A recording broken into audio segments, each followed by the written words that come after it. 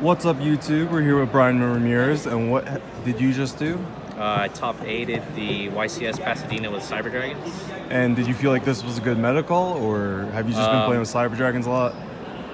I actually been playing this deck for like roughly a week, but I just thought it was like a decent call because I figured there'd be more Goki than FTK, because I noticed FTK has been falling out of favor recently. So. All right, cool. And you got top 8? Correct. And you lost to Sky Strikers? I lost to Sky Strikers, yes. All right, let's get into the deck profile. Okay. So to start off, we have the 3 Cyber Dragons, standard, 3 core. This is probably the best normal summon in the deck. Lets you get any Cyber Spell or Trap. A lot of people pick this up and try to read it because they didn't know what it was. It resolved like about 80% of the time, maybe a little bit more. So just because of that, I feel like I had a really good weekend just because this card usually always revolved. And then 3 Hertz. This is the card that makes you grind really well because you can keep looping your core and your Hertz together, and they basically let you outgrind your opponent. So in the longer matchups, this card helps a lot. And it combos really well with the next card, which is the Galaxy Soldiers. We play 3 of them because it's level 5, it's machine, it's light. Basically everything you need in a Cyber Dragon card, special summon itself, exactly what the deck's missing, and enables a lot of good combos such as the infamous Seeger Griffin combo with Infinity. 1 Kaiju. We're going second, blind second almost every match. Yeah, it's Kaiju. Searchable. You can search it with Cyber Repair Plant. People say that you can search it with Cyber Emergency, but you can't. You can search it with Cyber Repair Plant only. And then 1 Vire. Okay. Helps you extend into Cleafort Genius, which helps against the Thunder Dragon matchup, which is one of your harder matchups just because you can't search. And it also helps you push for a little bit of damage because it does give you a little bit of a boost. It's a 500 boost for each Cyber Dragon. And also this is really good for chain blocking with the core because you can make this as Chainlink 2 and core Chainlink 1 when you normal summon it, so they cannot hash your core. And then for the hand traps, we have 3 Ash. The idea behind 3 Ash is that I'm trying to play around Magical Midbreaker Field because Goki is probably the most popular deck of the format and the best deck. So this is going to be good for hitting the Isolde, Malicious if you time it right, if you interpret it based on what they have, how they start their plays. This card can single-handedly win you the match. And then probably the better hand trap of the format was Droll and Lockbird. Every time I resolve this card, well, I'd say about 80% of the time I resolve this card, my opponent usually just stopped completely or had a really mediocre board or just couldn't Gumblar me. I mean, it's true what they say, Goki can't play around Gumblar, but they're going to have to sacrifice a lot of power and consistency for their plays. They got called by the grave like several times, but we still win it. 3 Cyber Emergency, probably the one of the better cards in the deck because it lets you get to core, which is the best card or the best Cyber Dragon in your deck. The effect to that it gets negated and discard a card to add back didn't really come up, but it's there, and just because that's in there, makes it a good card in general. Really well-rounded. Probably the best spell card, other than the Emergency. I resolved this card like too many times, and it was never dead. I'll admit I did side this out a couple times though, but the theory behind that was my opponent is probably going to Gumblar me, so I need as many cards as possible to interrupt them on their turn, so I have to side them out. I'd side at least 1 or 2 out. So sacrificed a little power play for trying to survive the next turn at least. More hand traps. Yeah. 2 Repair Plant. This is one of your other consistency cards and lets you have access to the Galaxy Soldier and your Kaiju, and also Inspector Border in the side deck. This card came in clutch a lot. As far as it getting ashed or anything, normally people would rather ash the machine dupe, so all these searching cards like resolved most of the day or both days. 1 Rev System. At first I played 2, but after testing it for a while, I wanted to maximize on my consistency. So since I might not even win or survive turn 1, I had to cut this card down to 1, especially because I'm playing Monster Reborn as well in the main deck. And this, the effect to not be destroyed by spells and traps is really relevant against the Sky Striker matchup. Or be destroyed in general, I'm sorry. And then we have 2 fusion spells. We have Cyberload and Overload. The Cyberload can be searched by core, and usually enables a lot of OTKs on its own, and they combo well with each other.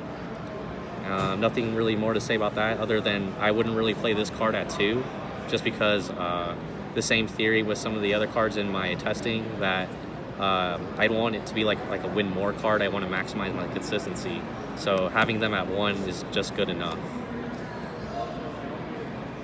And then we have the 3 OP spells. I don't really see Cyber Dragon players play 1 for 1. My reasoning behind it is that it lets you get a body on board without committing a normal summon. And this helps you against the Thunder Dragon matchup in particular, because it helps you make Cleave Genius before you even before you have to like commit to other plays, or you can't like use your Cyber Emergencies or your repair plans. So you can get to the Cleave Genius, negate Colossus, and then go off after that. So that's what that's for. And then this is for like the grindy plays, and also for making Repair Plant live, because sometimes it can be dead. And then the 1 Reborn, just to extend or take your bonus monsters. Sometimes I would take Sky Striker monsters and just use my opponent's Sky Striker monsters against them, backed up with like a Cleave Genius. And then probably like one of the best cards of the whole YCS was Evenly Matched.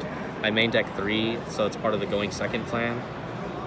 So if I can't OTK, or if I have the full, if I have my Infinity combo, I will just evenly match them.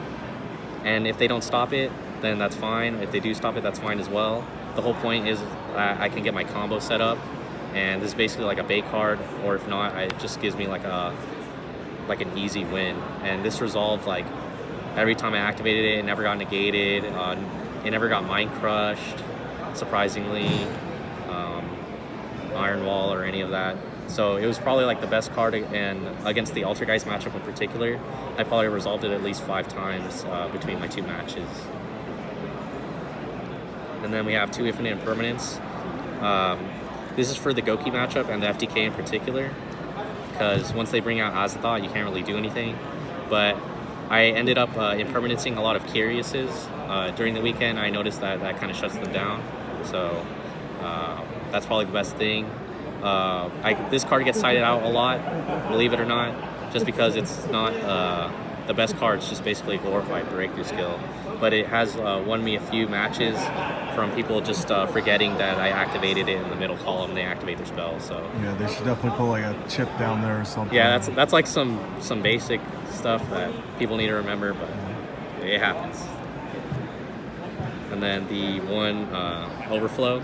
This is like pretty much if you're forced to go first, or to extend your combo, or like if you have all the required pieces to make your Griffin combo, you search this, and you're basically guaranteeing yourself the win, because this card just destroys like roughly up to 3 cards, depending on how many Cyber Dragons you have with different levels in your hand, field, or grave.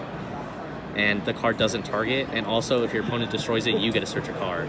So a lot of the times my opponent would Nightmare Phoenix, try to bait out my back row, and then they actually hit this card, and I search my spell card, which is this one right here, the Cyberload Fusion. So since I banish my cards and I destroy their cards, this card works in tandem with this one, just for the fact that the materials that I use to banish this will fulfill the requirement for this, and I basically OTK them with this after. When people would Nightmare Phoenix this, I'd search this, and they'd always scoop after I search it. I don't even get to resolve, just because they already know what's coming to them. As far as the extra deck, we'll start off with the Contact Fusions, the 2 Mega Fleet, and the 1 Chimera Tech. The Mega Fleet is standard. You kind of have to play 2. Some people play 1, but the games might grind, so this is going to help you in that grindy situation. And this is for Sky Strikers and possibly the Mirror Match if that comes up. Then we have the 2 Rampage. You need to play 2 because you're playing 2 fusion spells. The effect of Pop is pretty good. the effect Descent and to attack 3 times, well, gains 2 attacks, so it can attack 3 times is probably the best effect, and ended like 2 or 3 duels on its own, so that's pretty cool. And then we have probably the best like extra deck monster in general is Nova. It's an extender, an OTK enabler, really easy to make. Is that miscut? Yeah, this one's miscut. It's pretty cool. So the idea behind this is like if your opponent doesn't do anything, you can OTK them with 2 cards. You can make like Seeger this, and that'll be game. Because if you banish one of the Cyber Dragons you're reborn, it should be like roughly 8,200 or 84 or something like that. So that came up a lot. 2 Infinity, 2 comes up. Wouldn't play 1. This like absorbed a lot of like Link monsters, and Infinity is decent right now just because of like the Link spam boards, since those are like the most common extra deck like summoning type. You could just take away their firewalls, their Gumblars, and then you like simplify the game state a lot, and then they have to play around that. And on top of it, this is also an easy out to Colossus if you can extend beyond like a Nova if they have like no interruptions. So that's one easy way to out like a Colossus. And usually like the way like Thunder Dragons work, they won't really have resources to deal with this the turn after, so, at least from my experience. And then 1 Pallades, mainly for like Burning Abyss and stuff like that. Only came up like once or twice, but in testing it came up a lot. But still held on its own this weekend. Wouldn't cut it from the deck.